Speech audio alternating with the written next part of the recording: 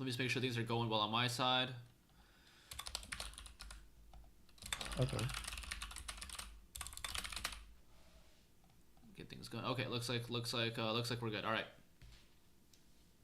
So, so thank you for joining the mock interview. Yeah, my Our pleasure. session today is going to be about 1 hour long. Okay. And Okay. then for the purpose of this mock, we won't do introductions. We'll just get right into it. All right. Let's just get into it. Save us time. We'll aim for 45 minutes of Okay. implementation. Okay, 45 minutes, and then 10-15 minutes at the end for feedback and questions. Okay. Okay. All right. What's your preferred language? My preferred language is Java. Java. Okay, let me switch that for you right here. Java, Java, Java. Where is Java? Where's the search bar? Here it is. Boom. All right. Okay, cool. All right. So for this problem, I'm gonna go ahead and just give you the problem description in a comment. All right. So we can Okay. just go ahead and just get rid of this.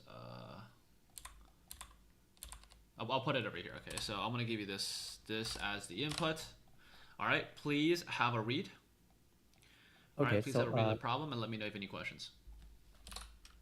okay. So I'm given an array of meeting time intervals consisting of start and end times. Determine if person could attend. Determine if a person could attend our meeting. Okay, got it. So everything is clear.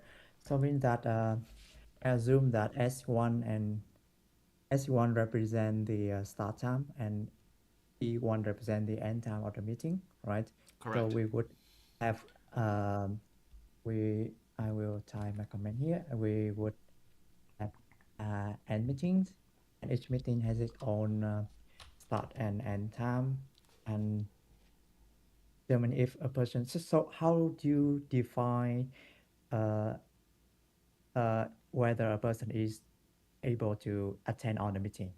Is it necessary to join for the whole session or just enter the meeting They have to attend for the whole session, the whole time. the whole time? Yeah. So the person is considered to be attend the meeting. He has to be join all time, spend all time Correct. on the meeting. Right. Okay, got it. Uh, so okay, so what is the input size of our the constraint? I mean the constraints of the input side. That's a good So question. it Let's the say, yeah, it's a good question. Let's say we have 1 million, up to 1 million meetings. up to 1 million meeting, right? 1 million sitting and output. So from the description, I am assuming that our function looks like that we have the an array of meeting Yeah. and determine if a person could attend all the meetings. So we only have one parameter, right? Am I right? Yeah, just the one person with these meetings. Yeah.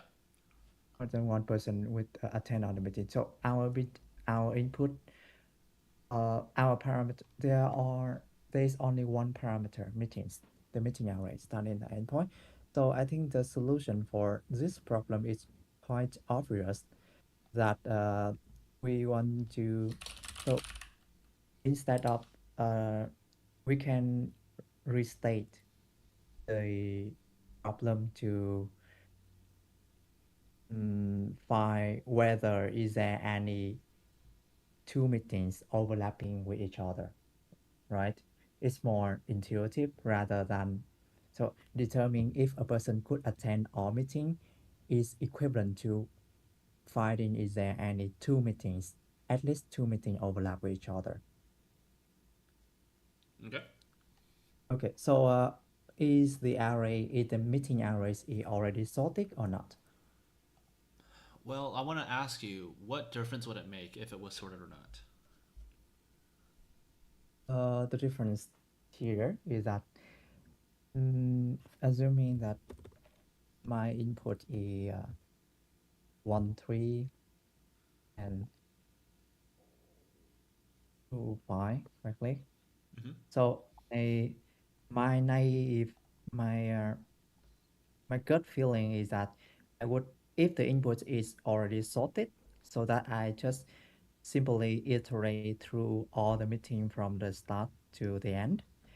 And you know, after after examining the first meeting, I know that this meeting ends at 3, right? Mm-hmm. And that's 3.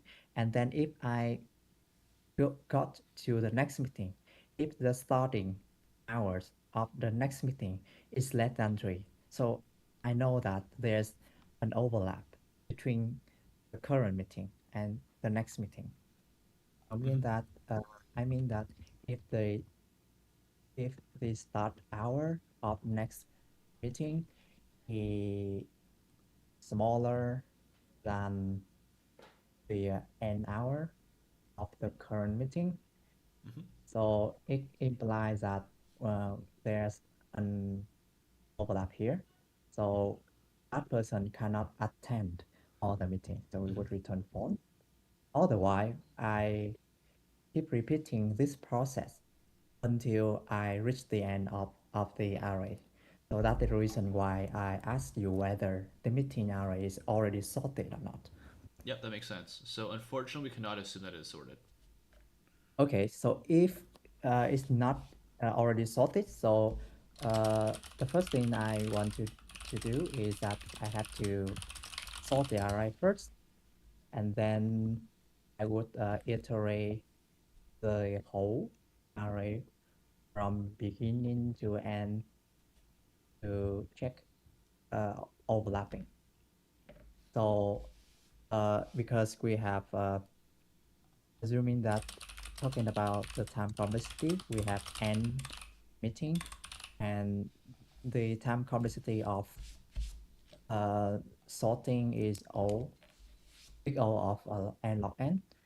So my solution would have O n log n in time complexity. And talking about space complexity is the O1 because I don't introduce any auxiliary space here. So basically that is the my basically this is my final solution. But I'm thinking, is there any way to optimize it? Mm, is there any way to optimize this kind of thing? Do you want me to optimize this solution, or this Nope, I think solution this is is fine to continue. No, I think this is good. okay? So I would go with this solution, and can I start coding? Yep, please go ahead. Okay, so but just to clarify, that is my does my solution align with your expectation? Yeah, no, yeah, this is what I would expect. Okay, so I could start coding. So my function would be static and the function would return boolean, and it can attend all the meeting array, and then uh, that's it. Uh, what happened to the okay. One is that, so I would sort the meeting, and I would sort their array based on the starting time, right? So starting time is at index 0. Mm-hmm. It's just a syntax sugar for lambda function in Java. Yep, And that's fine. then I would handle the HK where the meeting length is 0. So there is no meetings. Oh, so is it the HK? So if there is no meeting, should I return false or true? You should return true. You can Okay, attend no meetings, and that's valid. okay. So I would return true for this AKH, and I would initialize a start pointer, a kind of pointer here. This is the end, the previous n hour. So initially, the previous n hours is equal to the first meeting n hour. And then I will iterate all through the array from the beginning to the end. starting from index 1. Starting from index 1, and I would check whether the starting hours of the current meeting is smaller or smaller or is smaller than the previous, and I'm going to immediately return false. Otherwise, I would update the previous and to the current end. Where an hour, and then if everything goes well, eventually I would return true. Okay, so this is my Cool. implementation. Okay, cool. Sounds good. Okay, Yeah, do you this want is me to dry run? Do you want me to dry run throughout some example?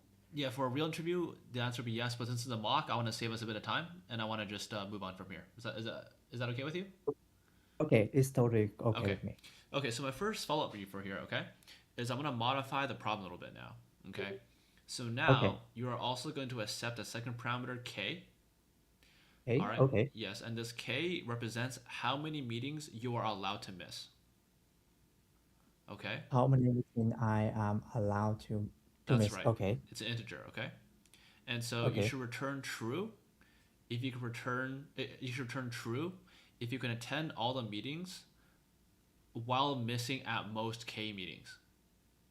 Well, missing at mode K meeting. Yeah. Okay, So got you it. can choose to miss.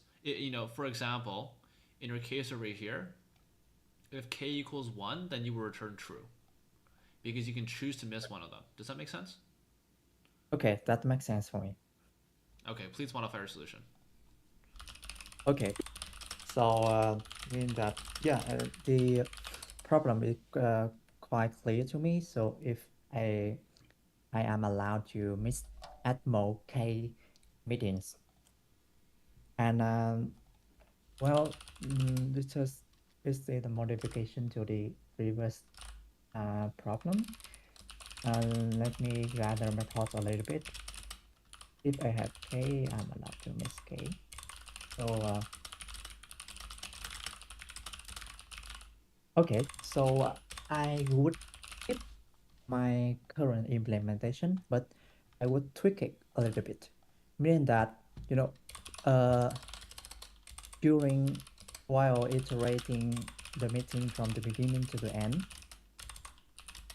if I encounter an overlap between two meetings, I would decrement the K by 1 unit, meaning that I miss the next meeting. No, I mean that I choose to miss the current meeting because the current meeting is overlapping with my previous meeting. And my main objective here is to uh, join all the meeting as possible, right? So this is my objective. So the decision where um, so the decision which meeting I choose to meet doesn't matter.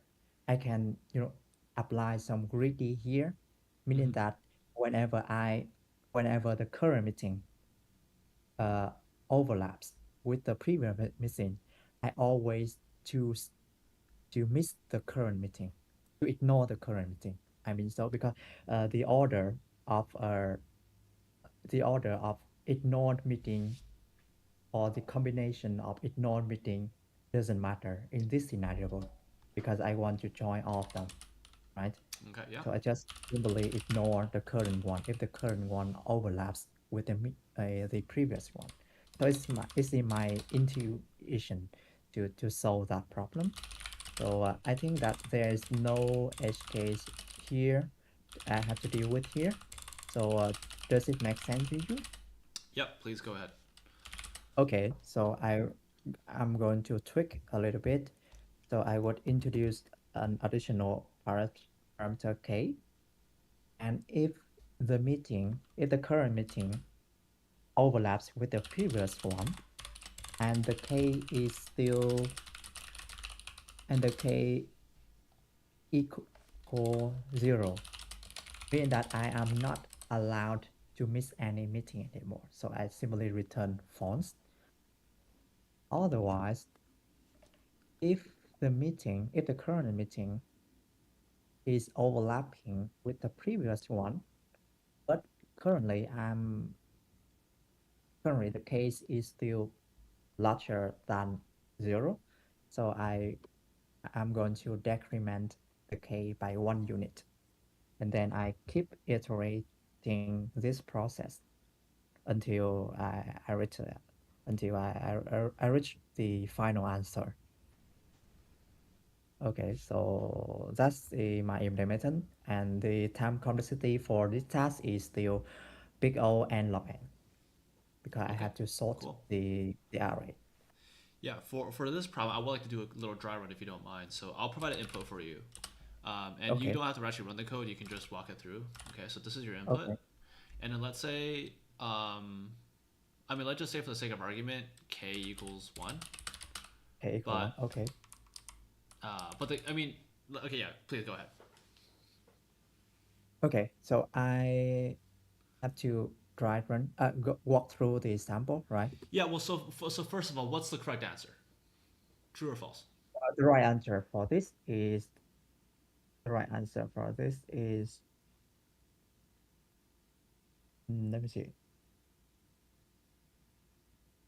Okay, the right answer for if 1 0 fonts should be some font. Sure, and false. Why is that? Should be font because the second meeting, a two file overlaps with the first meeting. So I choose to ignore the second meeting. So Okay. the k is going to become 0, Okay. and then uh oh no, there's a flaw in my implementation because I can choose to ignore the first meeting. Mm-hmm. My implementation would return false, but the expected answer, the actual answer for this input is true because I can choose to ignore the first meeting and then join the second and the third meeting. And the second and the third meeting, they don't overlap with each other, right? Mm-hmm. Yep. They don't overlap with each other. So, okay, so there's a flaw in my implementation. So I'm trying to figure out how to solve it. Mm, Mm-hmm. so the decision of choosing the meeting to ignore is important, right? That Yes. decision matters. That decision matters. So the answer, so the problem would becomes which meeting should I skip? Okay, which meeting should I skip? So I'm going to let me see. Is there? Oh, got it. Maybe I would think in another way, meaning that I can mm, okay, I can visualize it a little bit. Imagine that a timeline from I imagine I have a timeline, right? From one blah blah blah blah blah to 100. So this is my timeline. So the first meeting lasts from unit 1 to uh, 100 unit, right? And the second meeting lasts from 2 to 5. And the second meeting lasts from 6 to 10. Mm-hmm. Okay. So looking at this graph, I see the first meeting overlaps with the second meeting. And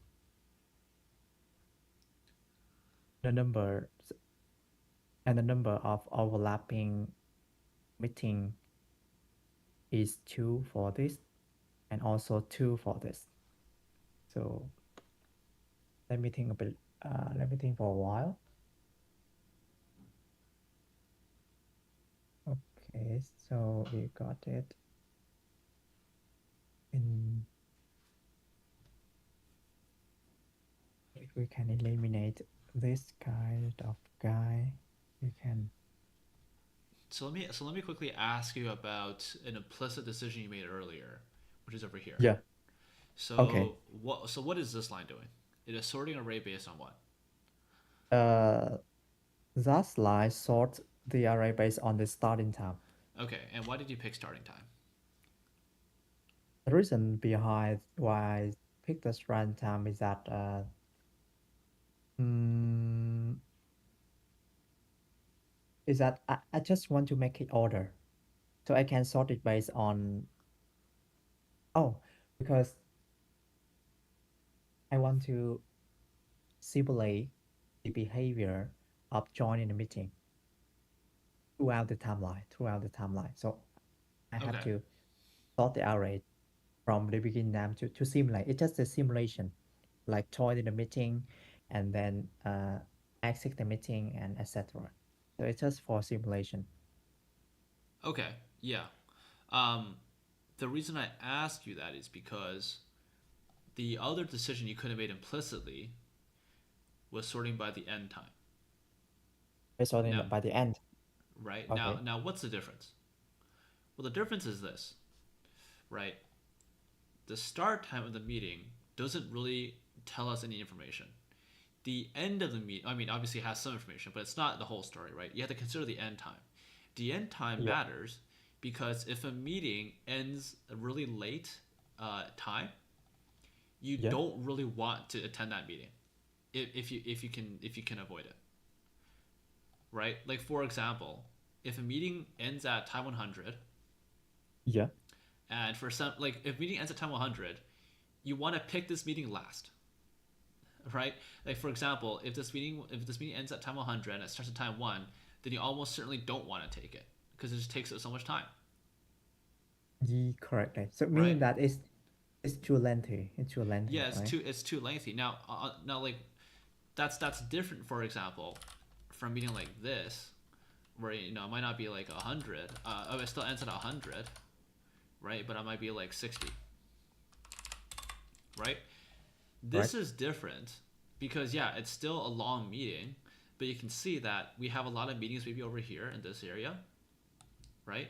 Yeah. And then Correct. after this, then we can see, oh, okay, there is a meeting which goes to time 100, but now we can choose to take it if we want, right? The goal here is to understand that you have chosen to sort by the starting time, but you can also choose to sort by the ending time. So can you think about that and explore that idea a bit more? Okay. So I would start thinking in the way that we sort the array of meeting based on the ending time. So if we do so, let's see, if we do so, the sorted array would become 2, 5, 6, 10, 1, 100, and 60, 15, right? Because if the ending time are equal, so we prioritize sort based on no, the meeting time if the ending time is equal, so we should prioritize the meeting with the higher start time because it has shorter duration, right? So we Yes. should prioritize 60 over 1. So Yep. if I do so, I would apply the same logic. But because I am sorting in in the end time, so I would store the previous end a previous end time and I would compare it with the current start time. So if they overlap, I would decrement the k by 1. Otherwise, I would keep the k and continue. For example, mm, if my I is 1, so I would examine this meeting with this meeting. Mm-hmm. But currently, the previous end of the previous meeting is 5, and the current start time is 6. So there is no overlap here. So I just keep iterate, and so far my k value is still 1. Mm-hmm. And then uh, the iterator is incremented by 1, and previous one now is 10. So 60 and 10, they are not overlapping. So the k is still 1. And then previous n equal 100. So 100 is overlapping. So they are equal. So we still keep the k equals to 1. So it passed the test case, right? Mm-hmm. So we have remaining 1. So what if this meeting becomes 101? So the sorted array would look like this, Mm-hmm. right? Would Yep. look like this. And because at the or no no no no at the index 3, meaning this meeting, the 60, the end time is within the start and end of the current meeting, so that I would decrement the k value to 0, and it's still valid. And in very um if you have 50 or any number smaller than 100, like 6, so my answer would become false, invalid, right? Because Yep. the 1 is in between 70 and 102.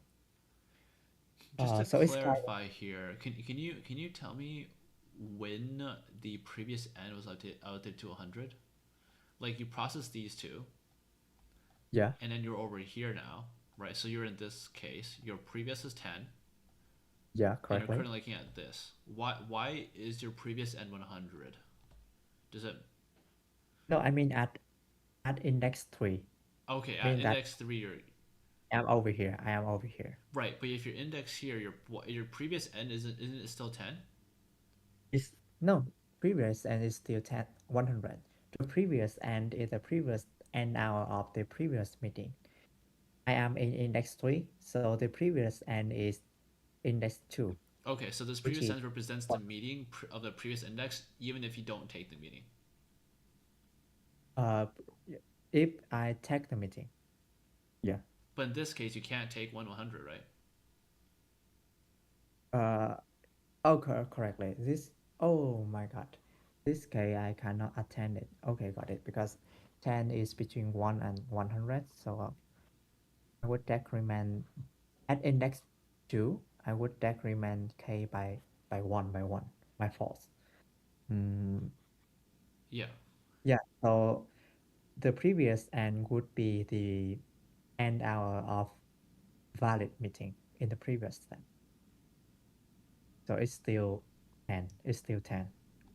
Yeah, It's it's still still 10. 10. And then when you're over And here, you can take 60, 101 yeah, because I you know can overlap. attend 101. Yeah. But in the next step, I cannot join Yeah, and this one you because can't take. Yeah, that makes sense. overlap. Okay. That- Okay.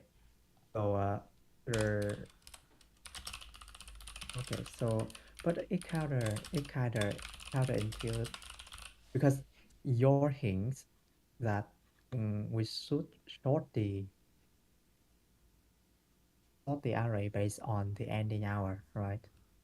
Yeah. But kind of counterintuitive to me because it's kind of greedy, you know. So I have to figure out why this algorithm works for all cases. So yes, Okay, got you. So meaning that we are trying to we are trying to take the meeting that ends earliest, right? Essentially, yeah.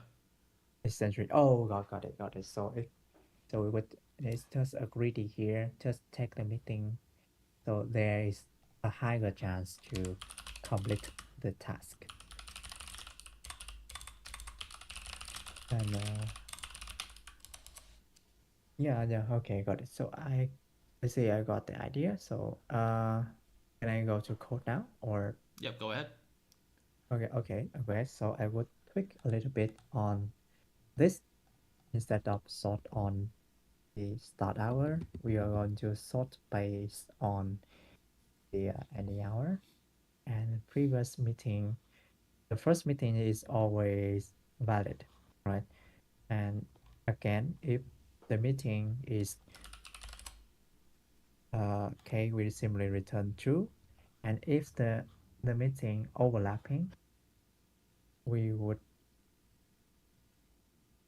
no overlapping we would decrement k by one, but not updating the previous end because the current meeting is not valid, and else if the current meeting doesn't overlap with the previous meeting, we would update the previous end hour to the current meeting.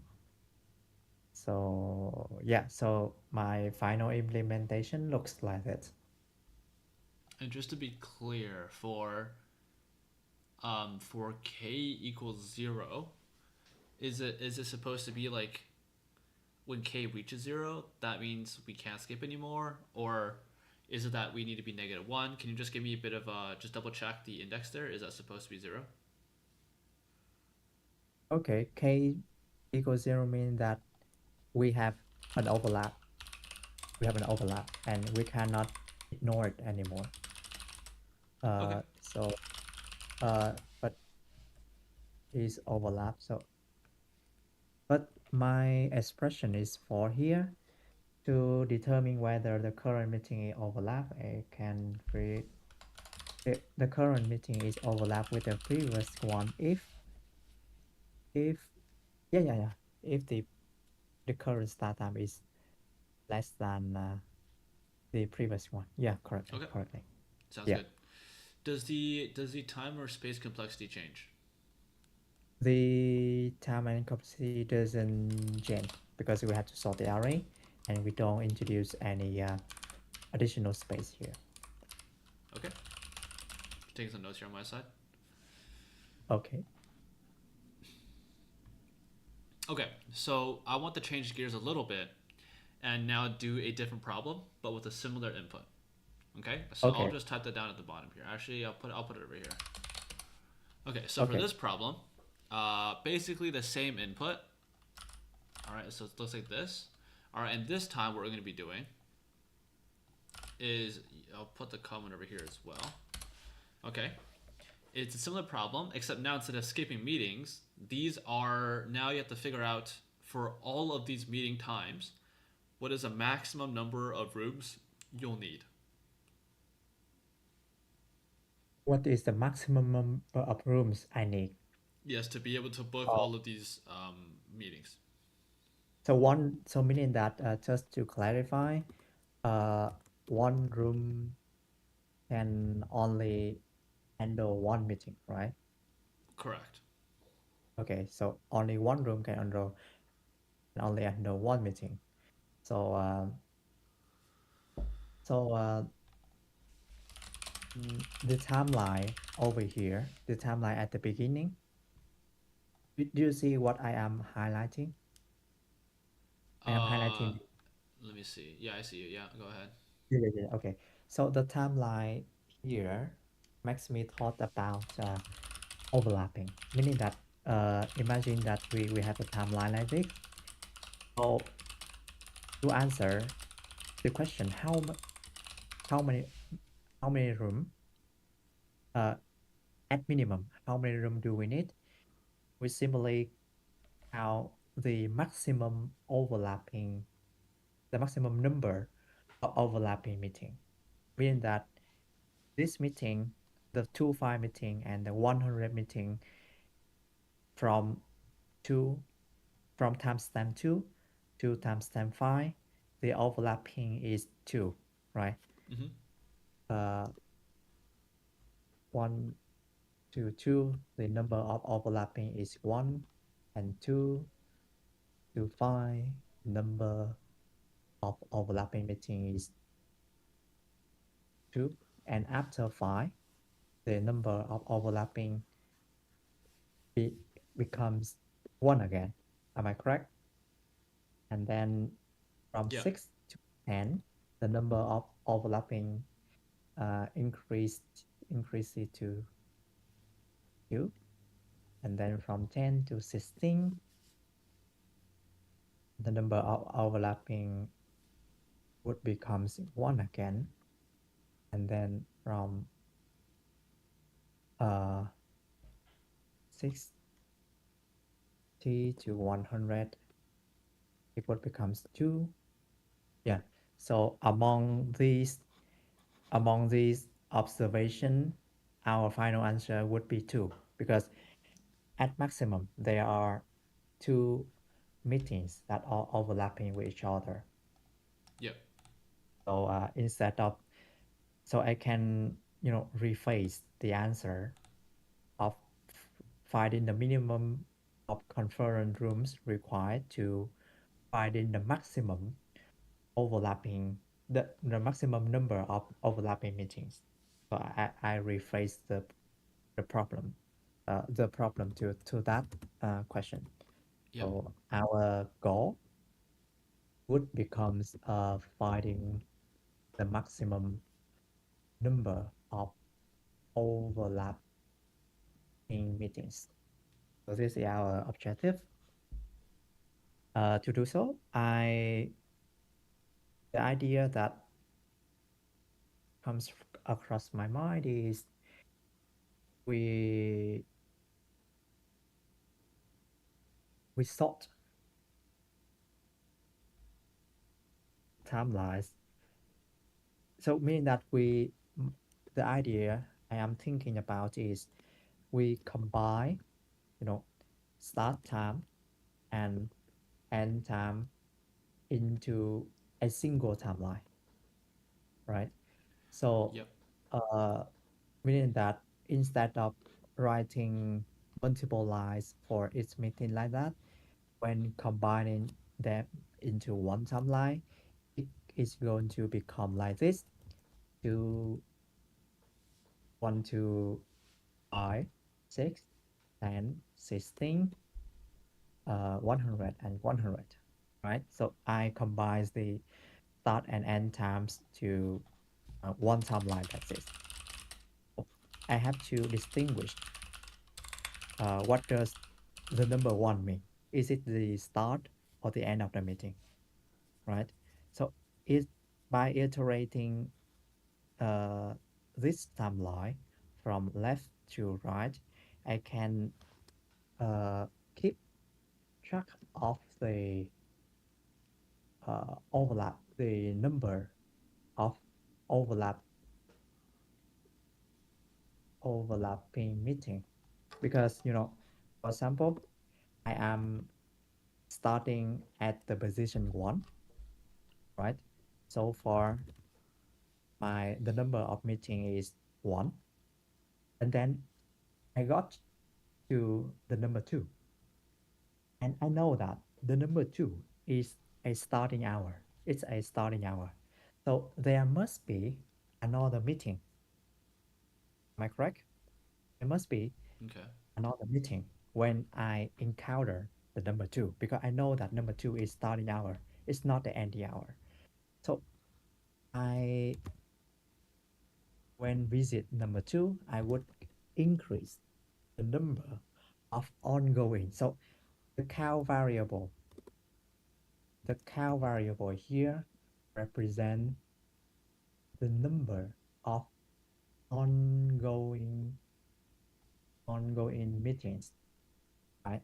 It represents the number of ongoing meetings. So at the of 2, we have 2 ongoing meetings.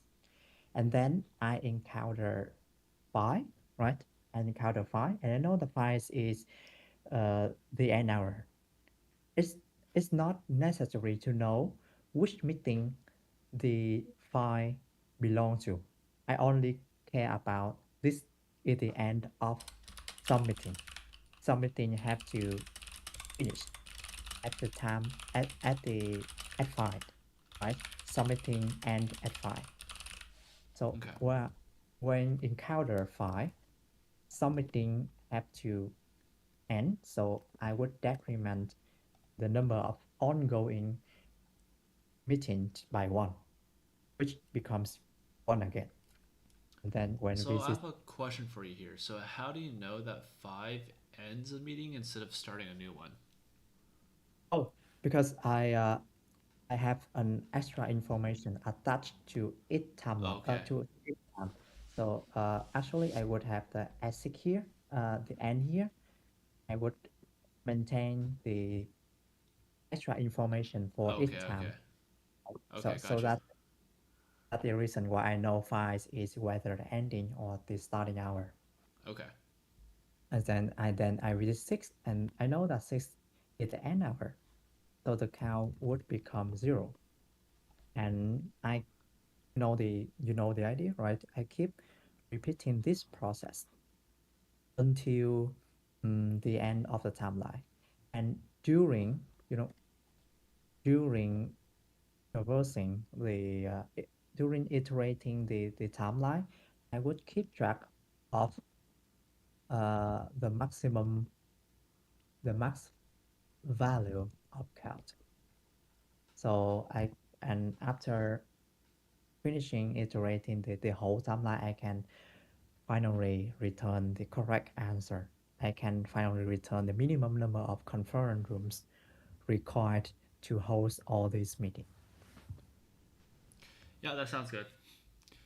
For the Okay, sake of time, let's just see how much of it you can implement. You can go ahead and I mean we'll see everything in a couple minutes. I don't want this to drag on too long, but I do want to see some coding skill here. So let's just go directly to that. okay. I'm going to start coding on that. So equal systems and return oh, a minimum rooms would return n. So I would have the int array here. I have the timelines and then the size. So we have end meeting, right? So the timeline is double. The length of the timeline is double. And then for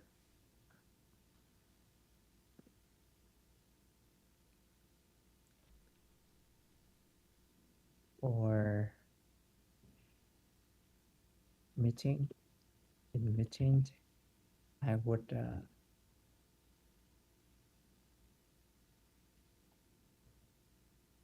so I would have the cursor here, timeline index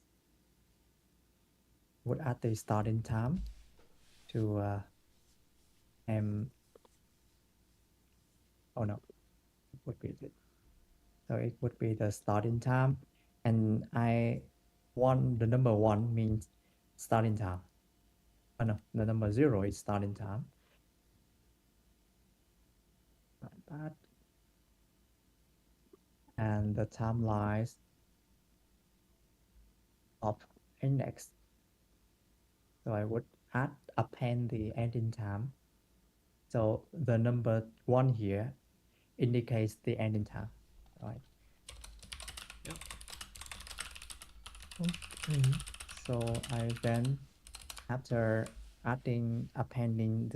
appending the starting time and the ending time to the timeline, I'm going to sort the timeline and what my lambda, my comparator would looks like. I would prioritize the starting time first, right? So if starting time of no no if uh, a let me see.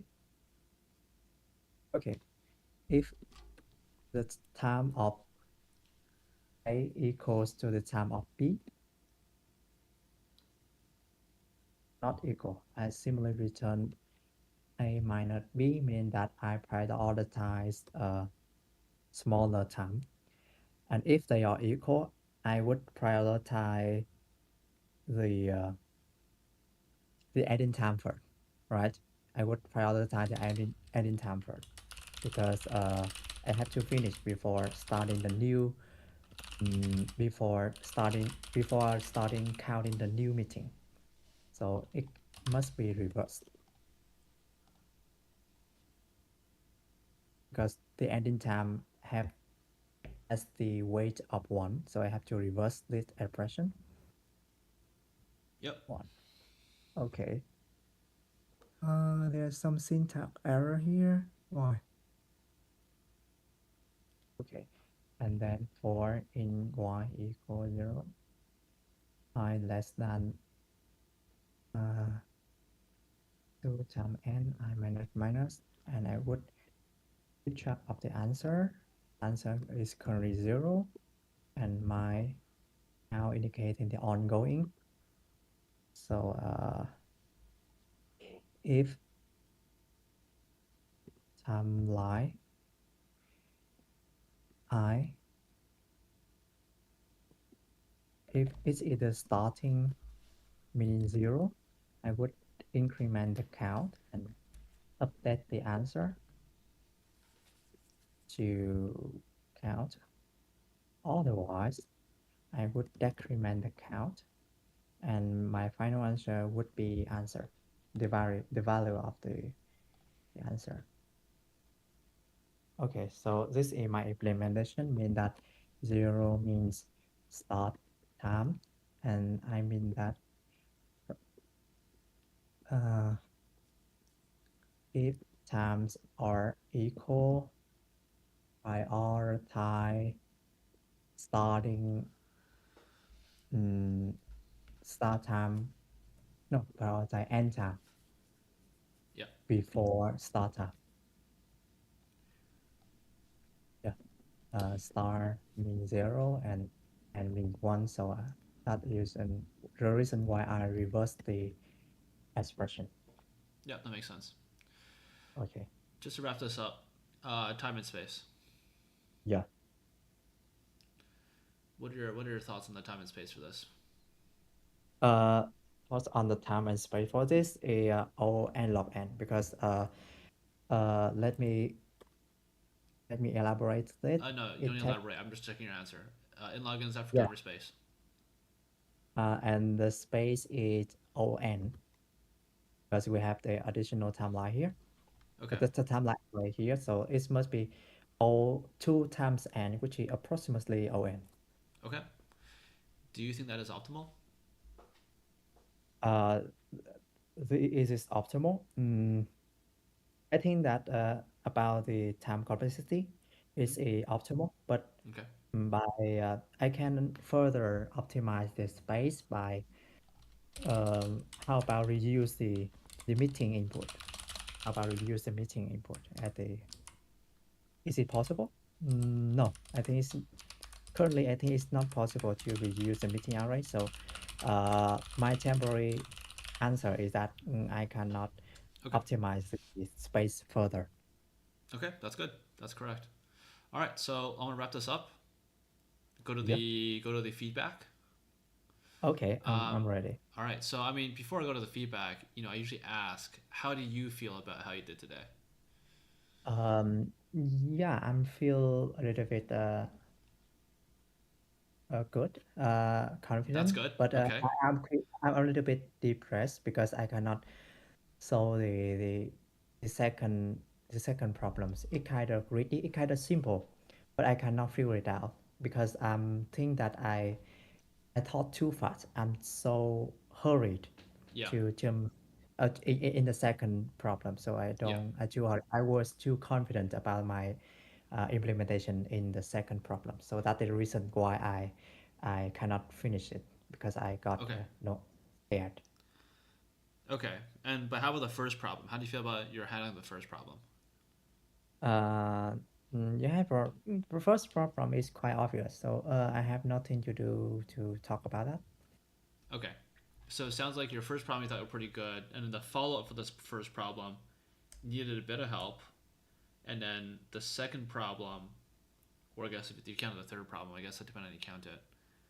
That one you kind of rushed through at the end, but I think you actually did pretty well, all things considered. It was a tight time, right? Yeah, Um, it's yeah, correct. yeah. So I mean, overall, I think performance here was actually quite strong. Okay. I think there was a couple of things here that I saw that were really good, and we'll talk about that. And there were a couple of weaknesses too, right? And we'll talk about that. I think there's a Okay. really good, strong thing I want to just kind of highlight at the start, which is whenever you were thinking about a problem or whenever you were thinking about continuing on to the next step, you're always checking in with the interviewer about how they felt about a certain solution or how they felt about a problem or how they felt about your approach. That's very good, right? Yeah. So one thing you're gonna have to do is, depending on the interviewer, first of all, you should always start with this, right? But depending on the interviewer, some of them are going to be very receptive, then they'll be giving you feedback along the way. Some of them won't be doing that, right? But even for the interviewers who will not be giving you any feedback along the way for you to bounce ideas off of, it's still not a bad thing to ask them at the start just to get a read on them, right? Just to see, okay, is this guy going to help me? Is this guy not going to help me, etc. So that was a Yeah. good strategy. The second piece I want to Okay. kind of highlight that was good was you were good at talking while implementing. So that's a weakness I see a lot, but it seemed like you got that part down pretty good. So whatever you're working on for that, make sure you keep that up. That's very good, right? Yeah. And Simple. then just to go into a couple of things I thought, just to wrap up the other things, the time complexity very fast, space complexity very fast. I think you're very confident in that. So I think you've done some good studying there, right? Now, I mean, obviously, this is a really simple problem for time and space complexity, but either way, I think the confidence there I think that shows through. That's really good.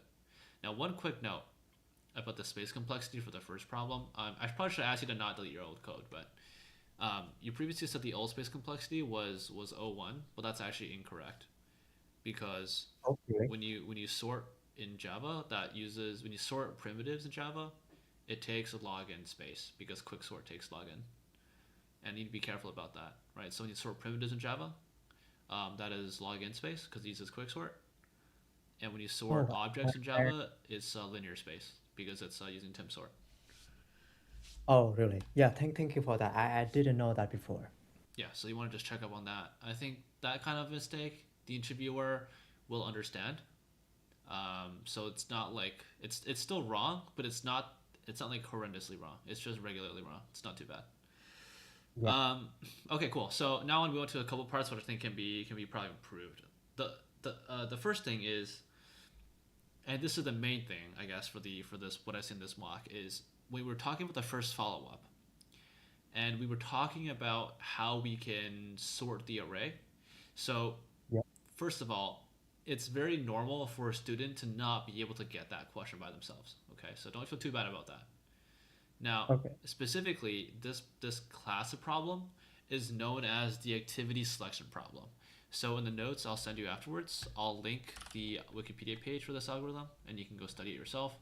It is basically it is basically just theory and your intuition about how to make greedy algorithms work.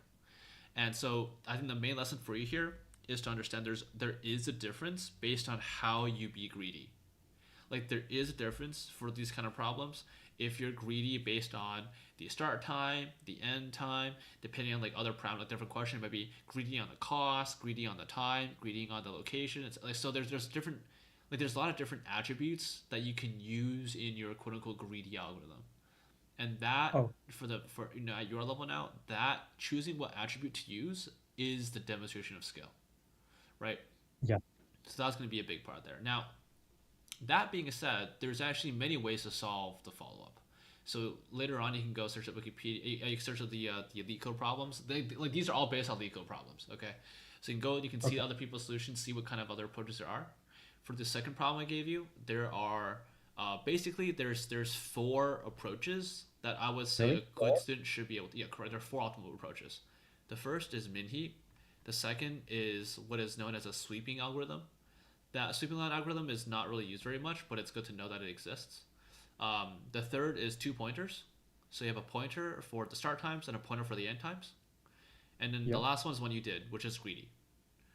Really. So so these kind of problems, what I'm getting at, it's not saying that I know all four. What I'm getting at is these kind of problems, there are four separate patterns that can be applied.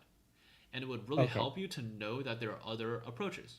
Why is that important? That's important for a couple reasons. First of all, if you get stuck on one, you can switch gears. Second reason, when you do time and space analysis, you can be much more confident in whether or not your approach is correct. For example, if this problem came up and you knew that, for example, right, and this problem came up and you knew that min heap was an optimal approach, then you would know for sure that nlog n is optimal, right? And then O in space is also optimal, right? But the Right. reason I ask you that, the reason at the end I ask you if you're confident that's optimal, is to check how many connections you've made between these greedy category problems and other category problems. Because one thing you might encounter if you as you practice Leetcode or these algorithm problems is that greedy problems oftentimes there's a lot of different approaches that are also applicable to the problem. So when you study these problems, don't just study one approach. See if you can do more forms of connections. And when you get a critical mass of a bunch of different connections, then that starts unlocking the ability to solve much more difficult problems. So I Okay. think you're on the Right. right track. I think you've done some really good prep so far. And I don't think it would be too much effort for you to start being able to hit those hards. Because I think today you had some pretty strong performance in the mediums. Okay. So another question is that am I rambling a lot of, or just totally fine? I think the amount you talked today was pretty okay, pretty good. I think the Yeah, only but comment I would say about you quote unquote rambling is I think when I wasn't talking, you were talking a good amount. And then when I was talking, you gotta make sure that you internalize whatever I said. So that's yeah. the only thing Right. I'll say. But the rambling part is fine. I don't think, especially if the interviewer is not talking at the same time, I think we did is fine. Okay, got it. But how about my explanation skill? Is is it hard to you to follow my explanation, or is it easy to you to follow my, follow my workflow? So that I would say there's two things there. The first thing is that um, that's not so. First thing, I'll answer the question directly. I can follow it very easily. The issue with that is that I can follow everyone very easily because I understand every problem. So what Oh, what okay. what you really need to do for that is you need to go do a mock interview with another student and then ask them if they understand. If you ask me, obviously I understand everything. Like I made this problem, okay? So what you need to Yeah. do is ask someone else. Now, what I will say is that for real interviews, most interviewers know their problem quite well. And Yeah. so any risk you have there is with things that are outside of the problem. So for example, if you're concerned about whether the interviewer knows about your pointers, I'm sure they know. Okay? What they might not know are things like, for example, what are you like? What is the goal of you conveying this? Are you telling me this because you want me to approve it? Are you telling me this because you don't really know what you're doing? You just want to write it out? Are you telling me this because you're trying to buy time to think of something better? Right? That meta level discussion, that's something you got to be thinking about, and that's what interviewers will be looking for. Right? This is also why earlier I cut you off with your explanation. I cut you off with your analysis because I don't care. Right? We want to move on. Right? For a real Yeah. interview, they won't cut you off. They won't do that to you. Right? But Yeah. for mock, I will because I don't care about being polite. So you need to make sure that whenever you do whatever talking you do, right? It's not just about is the words correct, right? The words correct is level one. Level two is should you be talking right now? That's level two, right? So think Okay. about that whenever you're doing the practice, whenever you're doing other mocks, right? It's not just about talking. It's not about knowing what the next step is.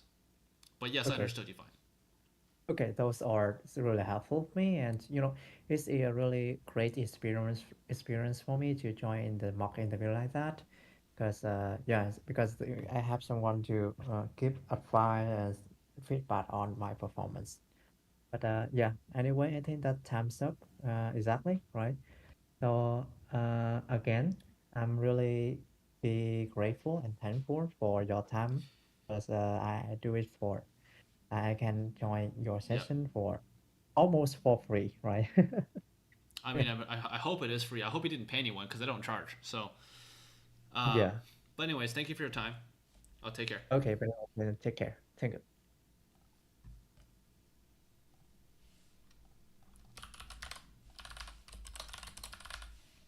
All right. send out the notes.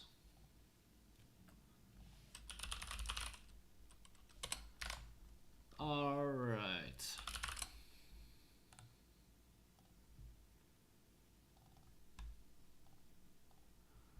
All right, we're doing resume reviews now. Let me get my resume thing up.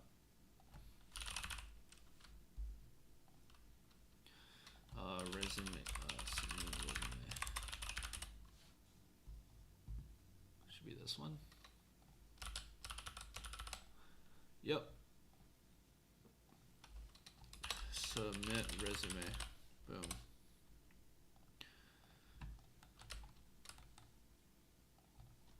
Submit resume for review. Pin comment on YouTube. All right, I will be back in like 5 minutes.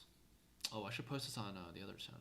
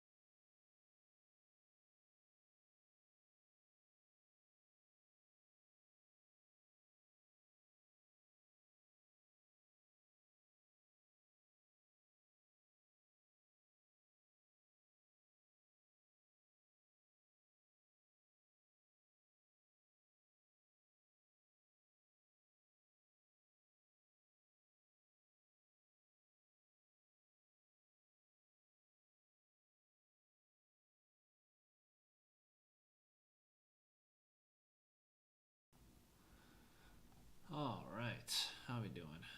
How we doing? How we doing? How we doing?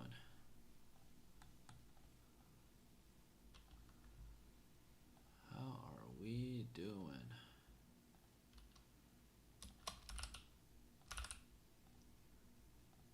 All right.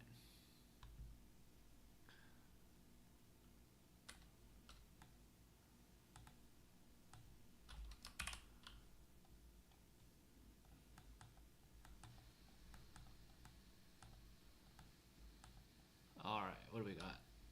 What do we got today?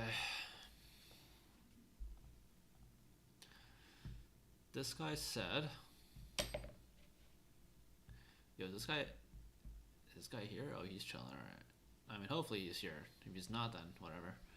Backend AI engineers for current role looking to apply to backend cloud AI eng. Okay, looking to bring in a big tech. Okay. Okay. New grad already passed. Looking for any new grad roles less than 1 year. Yeah, well, most companies allow you to apply to new grad even after you graduated, as long as you're within 1 year of graduation. It does depend on the company, obviously, but that's typically what I've seen. I want to use like an orange. I think an orange sounds good. Yeah, it looks beautiful. All right, what do we got? Actually, wait, hold on. Let me just check my other chat first. Make sure I'm okay.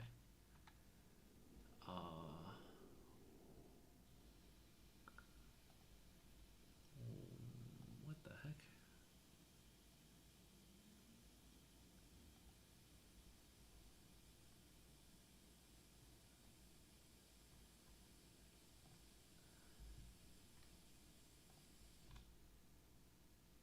Okay.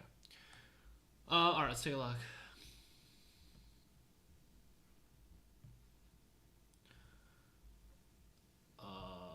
Architecting current. Okay. It's been 4 months though. It's been 4 months though. I mean, this is not gonna cut it. These are all present tense with no outcomes. What's the outcome? Is this an internship or is this oh no, I see. This is an internship. This is full time. Okay, I see. Okay, full time 4 months. That's chill then. That's like whatever. All right.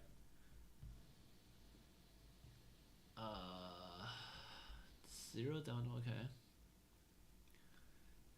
Just if your response times.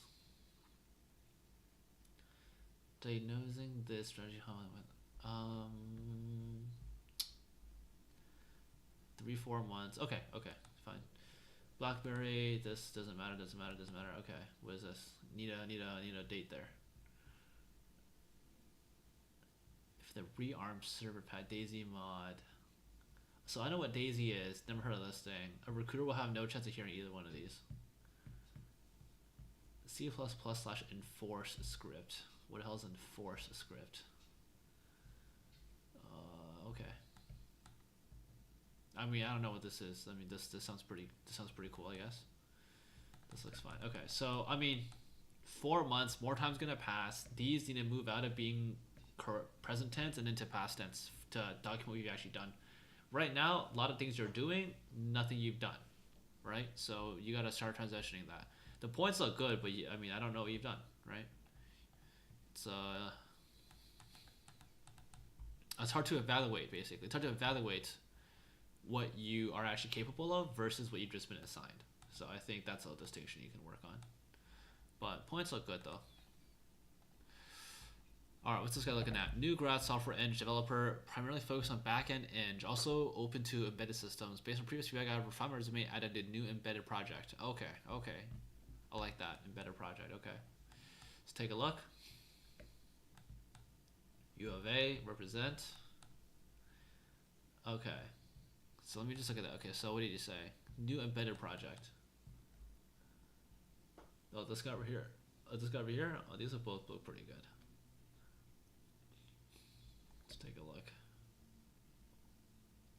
Yeah, this is chill. This is chill. GitHub, very nice. I would like to see source code over here as well, though. Like GitHub over here or something. That would be good. I mean, this looks pretty good. Yeah, I think having this is nice. Now, you do want to be careful to. So you're going for backend, right? You're just going for. Yeah, primarily focus on backend engineering. Open to embedded systems. Okay, yeah. New grad, I think this is pretty strong. You do want to be aware that at some point you want to make 2 resumes, right? Like have a resume that's just backend, have a resume that has embedded focus. Like we don't want to back yourself into a corner where you basically where you basically sacrifice the quality of your quote unquote aggregate resume because you try to have a bit of either. You try to have a bit of a bit of embedded, bit of backend. I think right now the balance is still fine. It's still pretty strong, but you're trying to be careful as you work on more projects or as you get more points. You don't want to like shoehorn yourself in. All right. Okay, we have a recent submission. These are better to review. Oh, just kidding. This guy didn't redact the resume. I didn't check. Oh, come on, man. Please redact your resume, and then I'll review it. I'll give you 5 minutes. All right. Don't do this to me, my guy. Of course, I'm getting lazy. Didn't check. Instantly punished. Man. What is this guy?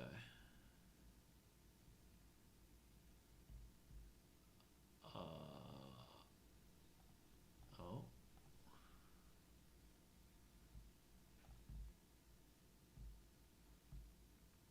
Do recruiters care about what languages I know as much as they do about how well I know what? Do recruiters care about what languages I know as much as they do about how well I do on OA? I want to do project that will look great with CPP, but I only know Java and Python. No, I think that's been answered already. But yeah, no, I agree. Basically, it just comes down to like the OA performance is separate from how many languages you know, and chances are, if you got an OA already, you're probably already doing pretty good in terms of the languages, so you don't need to worry about that. And yeah, if you want to do a product in CPP, then do it. It's fine. But these days, CPP doesn't really increase your employment until you're like really good at CPP, which is probably a good thing, to be honest. All right. This guy has some activity. Wait, let me look. Let me have a look.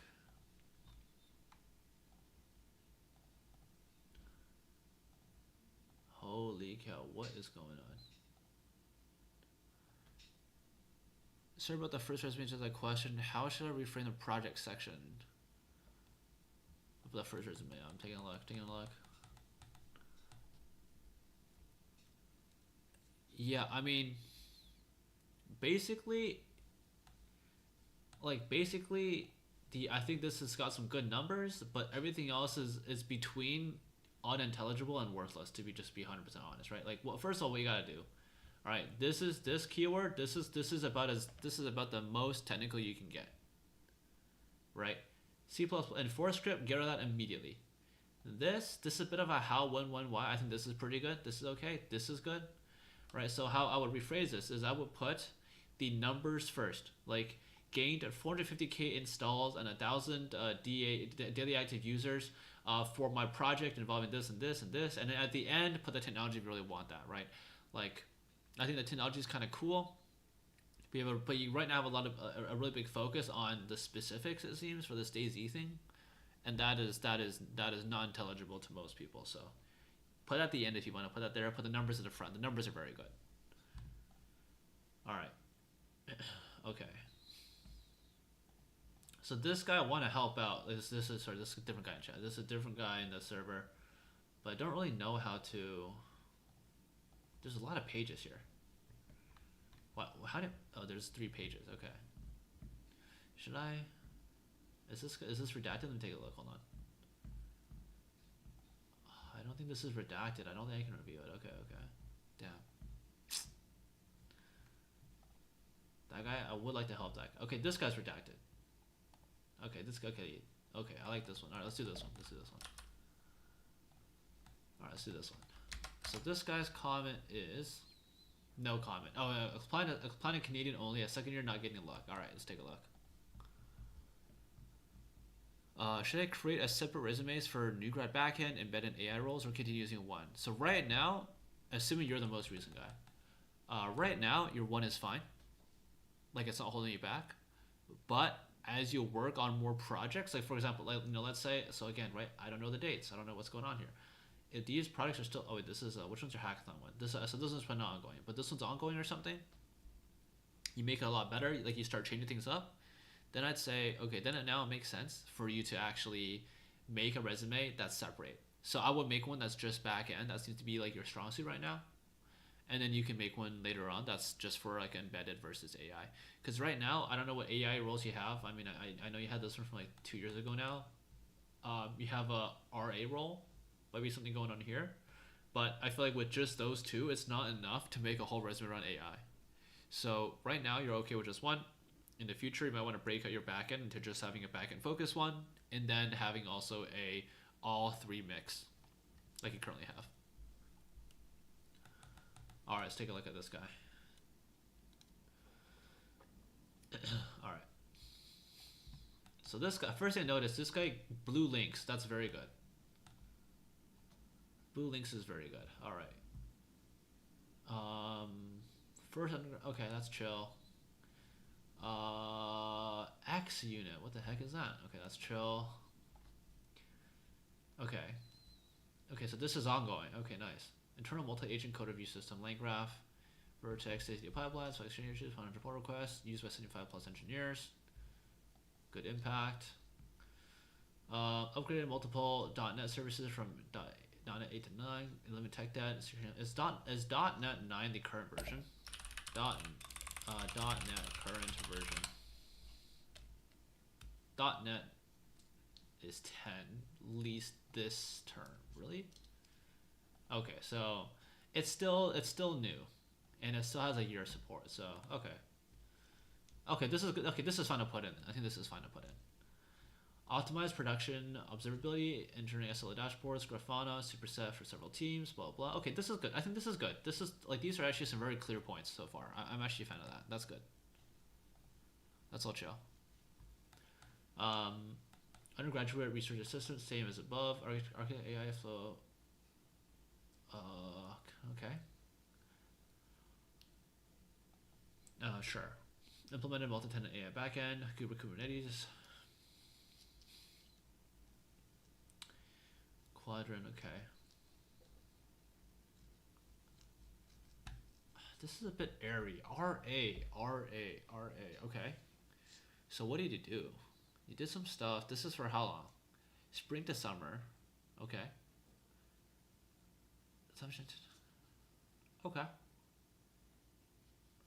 I don't know. I feel like, okay. Well, what's actually going on here? Okay. You made a platform in React TypeScript to visually construct deploy multi-sided pipelines. I feel like you could definitely elaborate a bit more on this, right? Like, what's the impact? Like, how many people use it? How many agents have been deployed, etc. Right. I feel like there's probably a bit of impact you can quantify here, right? Event-driven multimodal classes. Okay. So I'm assuming this is like a GitHub link or a product link. This is good. See, blue links stand out. Very good. Ruby on Rails can't comment. What the heck? GBNF constraint decoding? Holy cow. Okay, we got some real shit here. Wait, what's going on with this? Sidekick, never heard of that before. Seedline into GB Physical inference. Okay. Chill. That's chill. Okay. Mini chrono generation system. Okay, so this is definitely an AI forward resume. Okay, I think this is chill. I think once you get into this level, I think that actually makes sense for focusing on AI, getting some AI projects, AI based products that work, even if it's not an AI company, right? That's where this would really come in. I think this is just I think this is a case where you have some pretty strong projects. Things are going pretty good. Less time spent on projects now, and more time spent on networking, spent on hackathons, spent on whatever it is that's outside of stuff, right? I mean, right now you're obviously at work. Right, so focus on work. Have the maximum impact you have at work, right? But I mean, in general, this resume is not really holding back. It's everything around it. But this is pretty strong.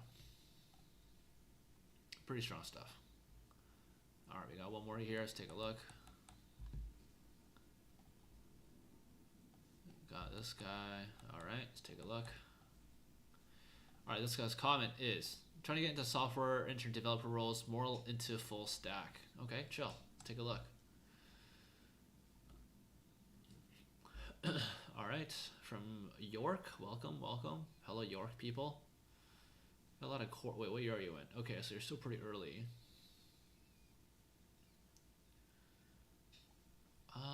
almost a lot of coursework.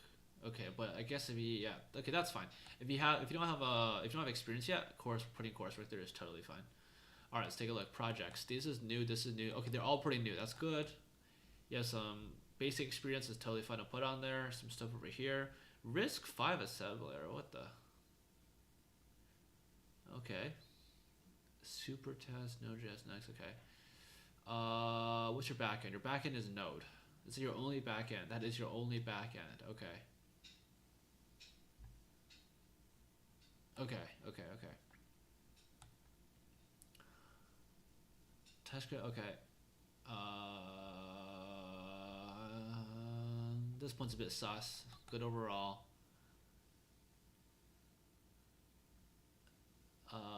Okay, this is chill. This is a hackathon probably, right? First place. I mean, this sounds pretty good idea-wise. Not bad.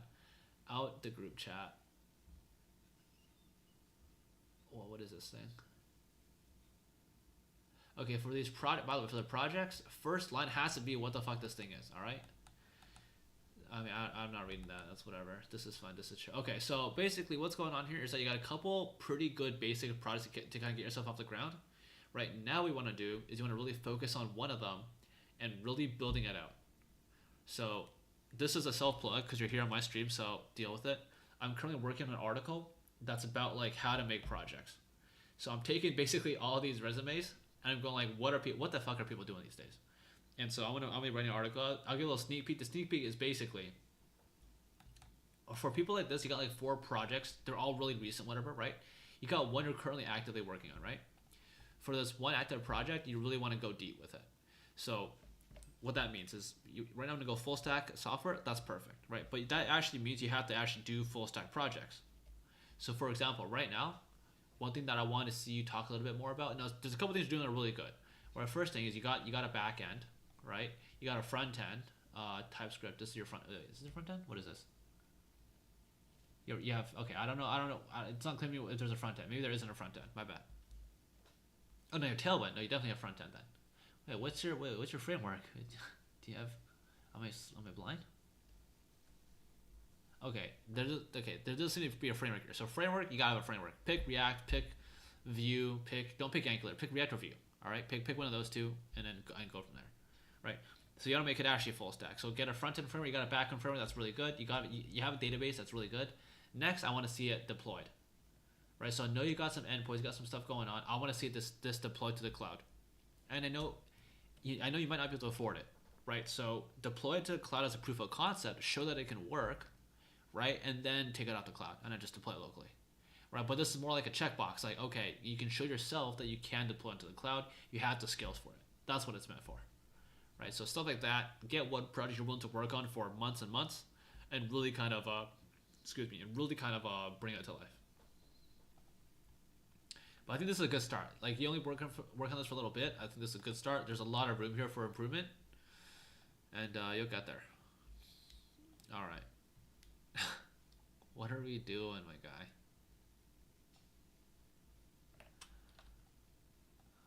What are we doing, my guy?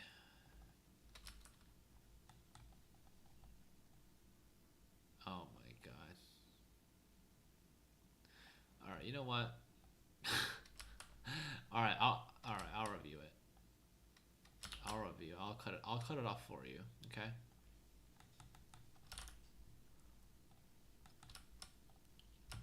Oh, I have actual resolution. Crazy. I'll cut it off for you because I'm feeling so generous.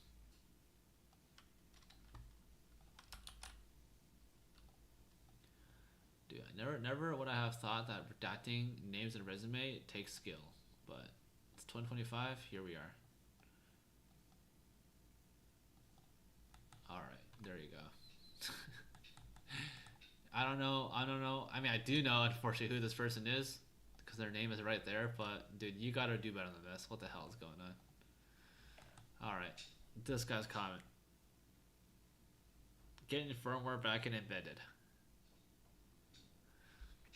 Also, what can I do to maximize the chance to get a first internship? You want to maximize your chance for first internship? Don't go for firmware or embedded. Those are difficult. Go full stack.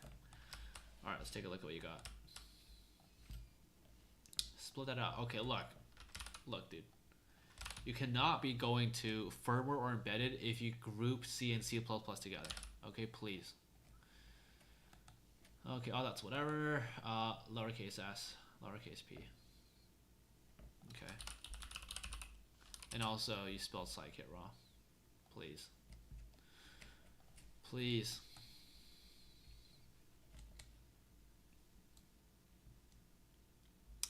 What is this? I don't have lab assistant. Is this like TA? And this is TA. Improving students' code and debug efficiency by 23.5%. How did this never come up? That is hard to believe. Clarified oral course, that's fine. UTA. Okay. Oh wait, no, not UTA. Undergraduate academic. What's an academic assistant? Both of them.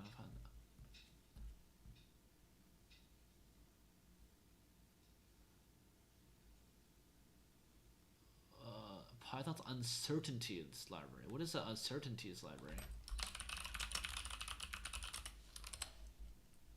Holy shit, there actually is one.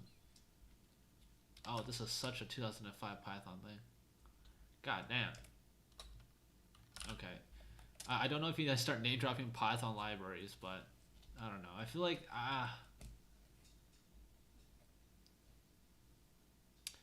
validated automated pipeline by building a model from scratch to ensure 100% mathematical. What does this mean? Validated automated pipeline. Okay, this is your pipeline. Okay, validated automated pipeline by building a model from scratch. What? A model of what? This model needs to be a bit more clarified. Yeah, I don't understand what's going on here. I think this needs a rework. Design automation research assistant. Okay. Python engine to evaluate format feasibility constraints. Blah blah blah blah blah blah blah blah blah. And feasible design detection rate. Achieved a 40% improvement in feasible design detection rate.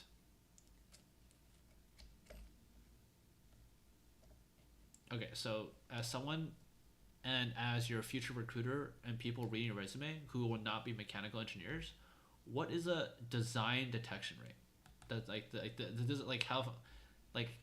rate at which you detect designs. Like, this makes no sense to me. This wording needs a bit of clarification. Okay, this guy's been to every faculty. Okay. Implemented PLSDA. You gotta elaborate on what the hell that is. Especially if you're not going to data science, my guy. What the fuck is that? Okay. Okay, so you did some stuff to reduce manual analysis, and this took you 8 months. Wait, did I cut this thing off? No, I did not. Okay, so maybe this wasn't like a tech-focused experience, which is totally fine. But you got to make things here more tech-aligned, like to explain to someone who's technical what's going on here, because the first 2 points are impenetrable. Image compressor, this is 2 to 1. This I can believe, this I can't believe. What is wrong with your font here? Wait, is it my screenshot? I was just assuming it's a screenshot. I'm not dealing with that, so that's fine. Environmental monitor. Okay, this is fine. This is fine. This is fine. Okay, all right. What I would say is don't go for embedded. Don't go for firmware. All right, go for full stack. And it sounds like you got a lot of data science related stuff going on here. You could even turn one of these data science, yeah, it's just pipeline or data science projects into a full stack project. Okay, basically, if your goal is first time internships and first time employment, just basically do anything you can to get a full stack project so you can start ticking the checkboxes. Because if you don't have the checkboxes, you're just at such a big disadvantage, right? Something like this is a good start, but is really kind of bare bones. And what you would also want in this case is probably, this is like 210. This could also be made into a full stack. So this could be full stack, this could be full stack. These things over here, you can definitely elaborate a bit better on, because right now, a lot of it does not seem to be related at all to any of the 3 disciplines you mentioned.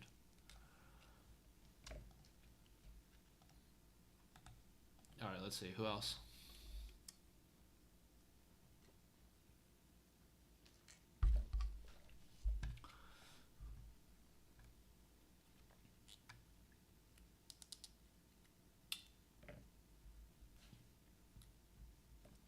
No, don't see anything.